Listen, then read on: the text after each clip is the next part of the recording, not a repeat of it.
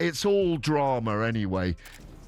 In all seriousness, I am going to be the one that is suing them. I have no reason to lie. I won the fight. I don't need to be here.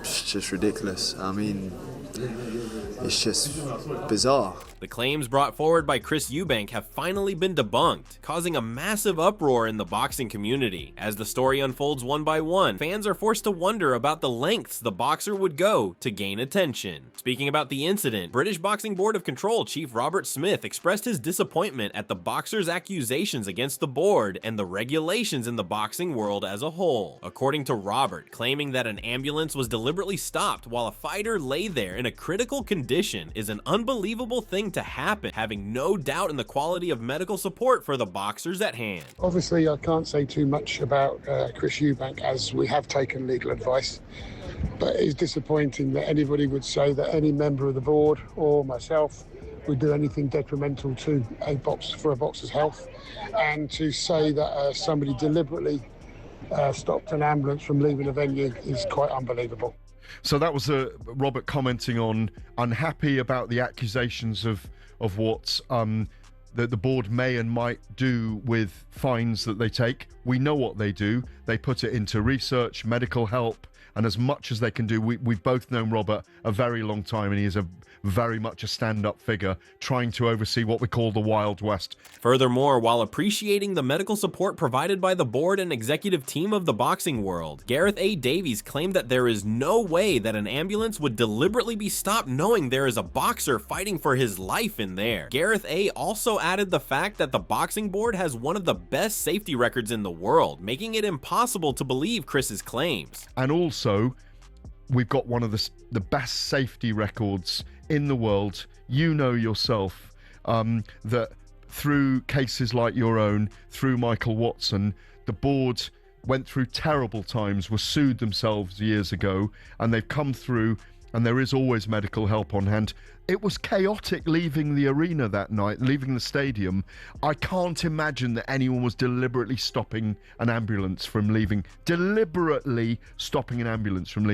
with Chris Eubank Jr. in it. On the other hand, when told about Eddie Hearn's plans to sue Chris Eubank, the latter claimed that he was the one who should be suing them for negligence and for lack of accountability. According to Chris, he had been stuck in the ambulance for 20 minutes without any support or exit in a critical condition, while no one was there to aid him. Claiming that the gates were closed, Chris's ambulance was unable to leave for proper medical care on time, making the board incompetent at their job. For negligence, for incompetence.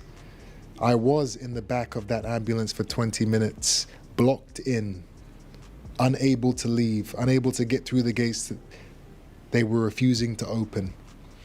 That is unacceptable. That is, it's egregious, it's disgusting. Someone has to pay for that, someone has to answer for that. And Matchroom, Eddie Hearn, the British Boxing Board of Control, they are the people controlling the night. They are in charge. So if anyone's incompetence underneath them was the effect of me having to be in that ambulance for an extra 20 minutes. Further throwing Eddie Hearn under the bus, Chris Eubank claimed that Eddie is nothing but a wet bag, someone who tries to present himself as the man of the people, a hardworking person who gets along with everyone. According to Chris, Eddie is someone who would randomly sue people just because he did not like the way they said something. Chris had nothing but contempt for the man, going as far as to say that the world is now seeing Eddie for who he truly is. I don't know about the board. I know that we've received legal letters from Hearn. I mean, what a wet bag, you know? He goes on like he's the cool guy. You said your mask was slipping. He goes on like he's, a man of the people, and then he's here trying to sue because someone said something he didn't like in a press conference. I mean, what a wet bag. You guys are now seeing him for what he really is. When things don't go his way, now he's trying to get lawyers involved because he got embarrassed and exposed in a press conference. And That's the type of people you're dealing with. You know, the guy's never had to work a hard day in his life. So when people don't bend to him because he's got all the money and all the power and all the say, he doesn't know what to do. All right, so I'm going to sue him. Moreover, Chris Eubank's entire statement was made live in front of an audience during a press conference designed to address all the unfinished business. According to the claims made by Chris in that conference, the fact that the boxer was left dehydrated in the ambulance cost him an arm and a leg, which fell off due to the severe lack of water. He also discussed the way the ambulance was blocked, deliberately trying to sabotage the fighter and his career. They did everything they could to try and destroy me in this last fight. I've never heard so much waffle it's okay. in all my life. You're going to hear a lot more. No, but I was, you know, you're going to hear Chris. a lot more. Now, after the fight, due to severe dehydration, I'm put in an ambulance and I have to go to hospital. I was actually so dehydrated that one of the toenails on my big toe fell off. It actually fell off. It's grown back about halfway now. But anyway, I'm in this ambulance. Jesus, not a toenail. I'm in the ambulance.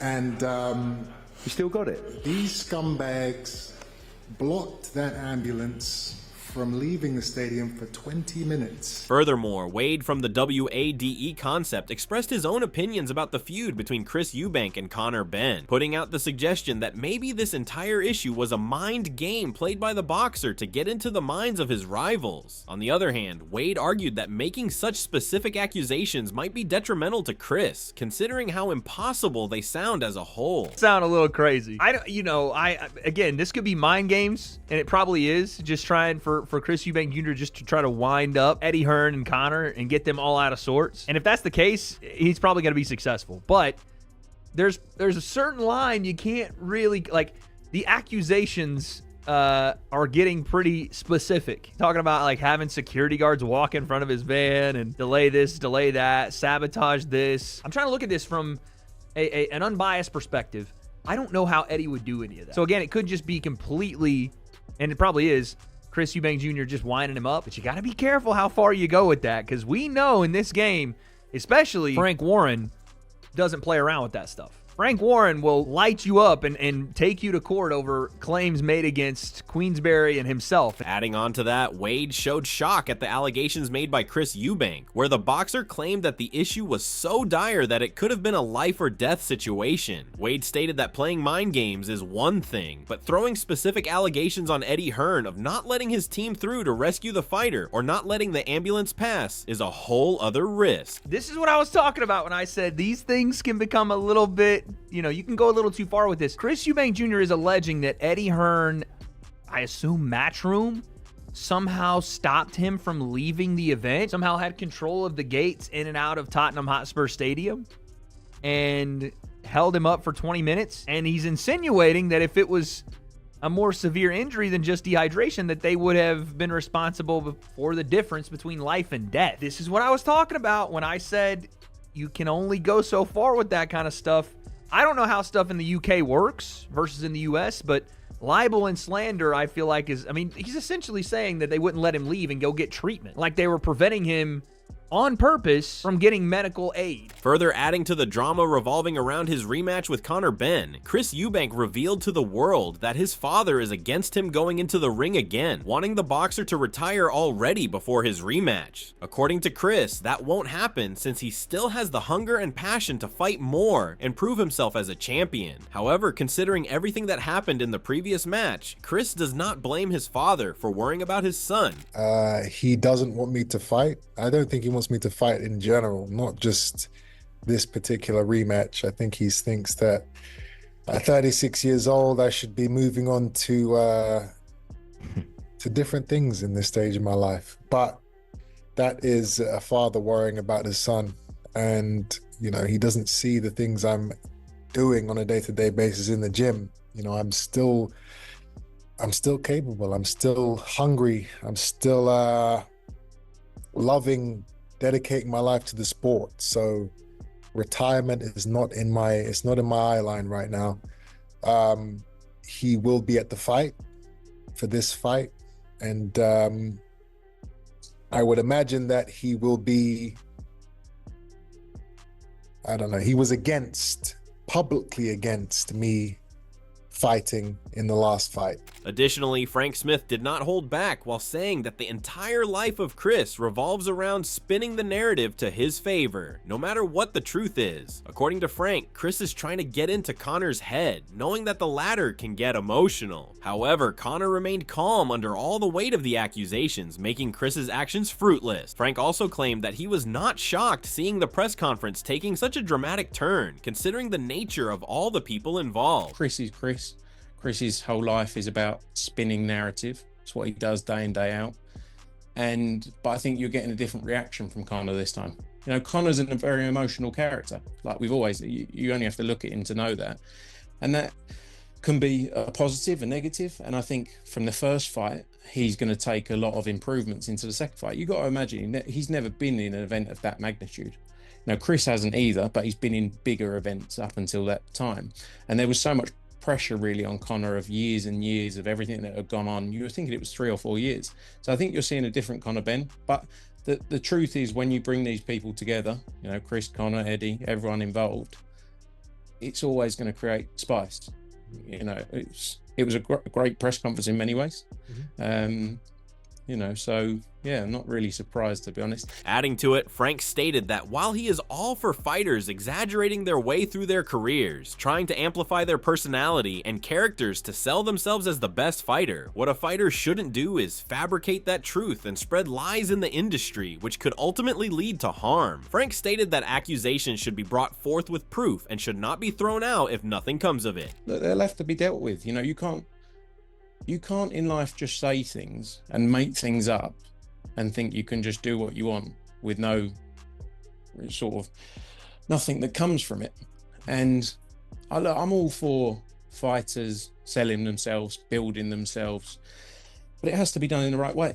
And you can't just tell lies or fabrications to bring someone down. And that's what it is, and it will have to be dealt with in a certain way. Furthermore, Eddie Hearn himself stepped into the mud to clear out the fact that all accusations made by Chris were not only bizarre, but also not true. According to Eddie, Chris is a sharp fighter and usually comes up with stuff to irk his opponent. But this time, the accusations took a whole other turn. Calling Chris a liar, Eddie made sure the world knew that it was all a game being played by the hands of Chris Eubank. I'm intrigued by that press conference that we just saw, which was probably one of the wildest things I've ever seen. But that's the world of Mr. Eubank. We're definitely not living in it. I'm not anyway. And I'm looking forward to coming back here November 15th and hopefully seeing Conor Benn put things right. Yeah, let's talk about that press conference to start with. There's always fireworks. We saw it in the build-up to the first fight. But it's slightly different this time. He was really taking aim at you specifically and at Matchroom. What did you make of the accusations regarding the ambulance? I'll be honest with you, like, Chris is normally quite sharp. I thought it was, one, it was a poor performance, and two, it was bizarre.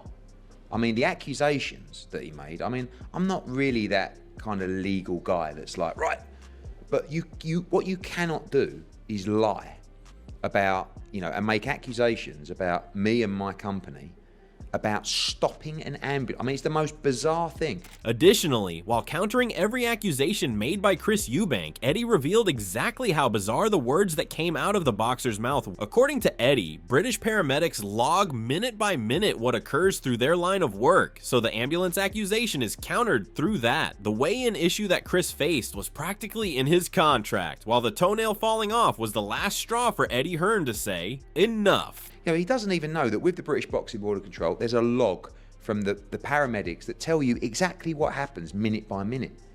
And if you don't really have a brain or you're not that switched on, you're listening to Eubank and believing what he's saying. You know, he called Robert Smith a scumbag and a toad. This is Secretary of the British Boxing Board of Control. He made him, Conor Benn, wear gloves that were not allowed. Total rubbish. You know, oh, they made us weigh in at this amount. That was in your contract. Again, I just felt like the mask was slipping. And as for the toenails falling off, that was an opportunity for me to go, this is just too much now. That's enough. And I knew he wasn't going to let me. There was a few things that I wanted to say personally up there, not around the fight. And I even told him that, and he still wouldn't let me talk. And I don't know. I didn't like what I heard from up there from him. I thought he was just trying to be too clever. Meanwhile, Conor Benn also could not go without addressing the bizarre accusations brought forth by Chris, claiming that the boxer is using his victim mentality to prove himself as the underdog and the weakling in this matchup. Conor even claimed that this narrative, being pushed by his opponent, is nothing but lies. No, none of them antics are being pulled.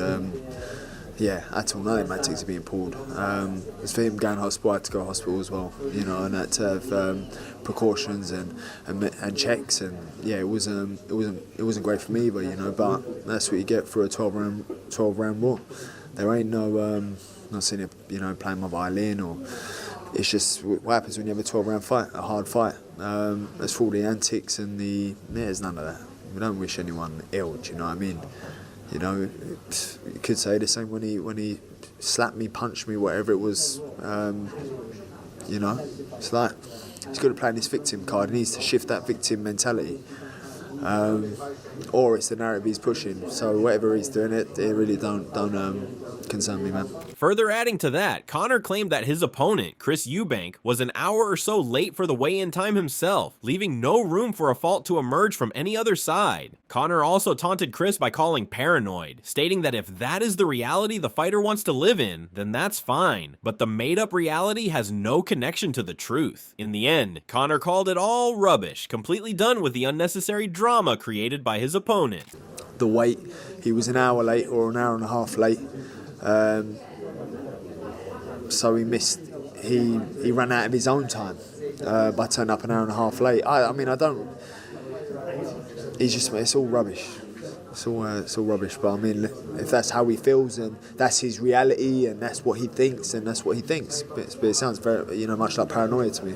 While the press conference revealed disturbing yet interesting insights to the world of boxing and probably the possible faults in the management, people are forced to wonder whether Chris Eubank truly tried to use this platform to make new drama for himself and his opponents, or whether he's being shut down to protect the corrupt system. Let us know in the comments below what you think. Is Chris Eubank telling the truth, or was it all a lie spun up to cater to a false reality that the boxer lives in? Don't forget to like, subscribe, and hit that bell icon so you can stay updated on the latest and juiciest news.